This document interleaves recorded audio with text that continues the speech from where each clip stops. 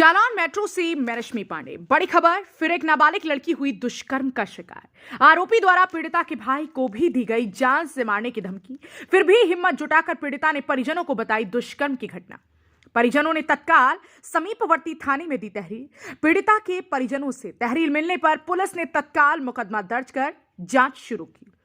इस पूरे घटनाक्रम पर बोले क्षेत्राधिकारी माधोगढ़ की आरोपी की तलाश में दबिश जारी है। मामला जनपद जालौन के रामपुरा थाना क्षेत्र का है।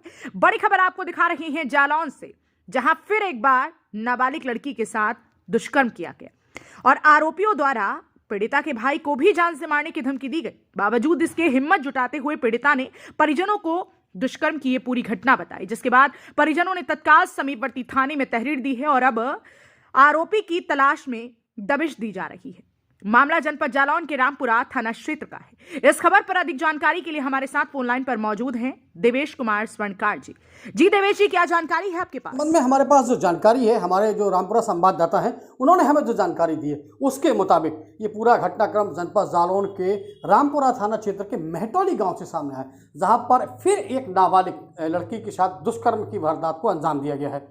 क्योंकि उससे और साथ ही एक चीज़ और उसमें जानकारी जो आई है, उसके मुताबिक जो दुष्कर्मी था उसने पीड़िता को एक धमकी भी दी थी कि अगर तुमने घर जाकर या किसी से कुछ बताया तो तुम्हारे भाई को जान से मार देंगे।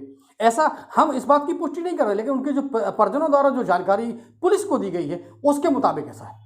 फिलहाल जब लड़की ने हिम्मत जुटाई उसके बाद भी घर आई, उसने अपने माँ बाप को पूरी घटना की जानकारी दी तो उनके पैरों तले ज़मीन खिसक गई। उसके बाद माँ बाप तुरंत उस लड़की को लेकर समीपवर्ती रामपुरा थाने पहुंचे हैं, जहां पर थानाधीश राजीव वैश्य को जब पूरी बात बताई है तो उन्होंने पूरे प्रकरण को गंभीरता से लिया और तत्काल अपने उच्चाधिकारी को अवगत कराया। साथ ही साथ तहरीर के आधार पर मुकदमा दर्ज पंजीकृत किया गया है और मुकदमा पंजीकृत करने के बाद जो आरोपी हैं उनकी तलाश में दबिश दी गई है।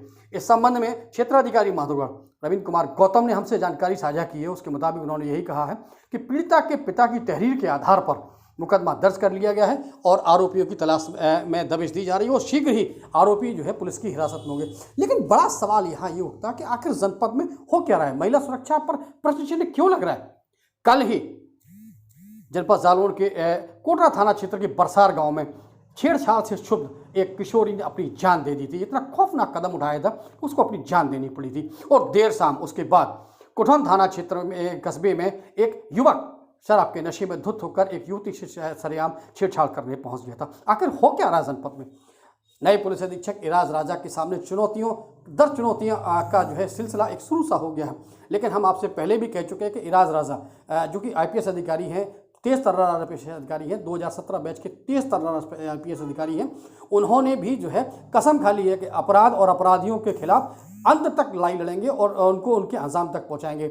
जैसे ही इस पूरे घटनाक्रम की उन्हें जानकारी मिली है, उन्होंने तत्काल टीमें गठित की हैं और गठित करने के बाद आरोपियों की तलाश में दबिश दी गई और सूत्रों की अगर हम माने तो आरोपी हिरासत में भी लिया जा चुका है। लेकिन अभी हम इसकी पुष्टि नहीं करते क्यों, लेकिन जल्द ही जब पुलिस इसको जो है मीडिया के सामने फेस करेगी या कार्रवाई करते हुए जेल भेजेगी तब इसकी पुष्टि हो जाएगी। हालांकि ये बड़ा सवाल है कि नाबालिग की सुरक्षा को लेकर पुलिस जिस तरीके से संजीदा हुई है, कहीं ना कहीं अब आरोपियों की यह जो इस तरीके के दुष्कर्मी हैं उनकी अब खैर होने वाली नहीं है।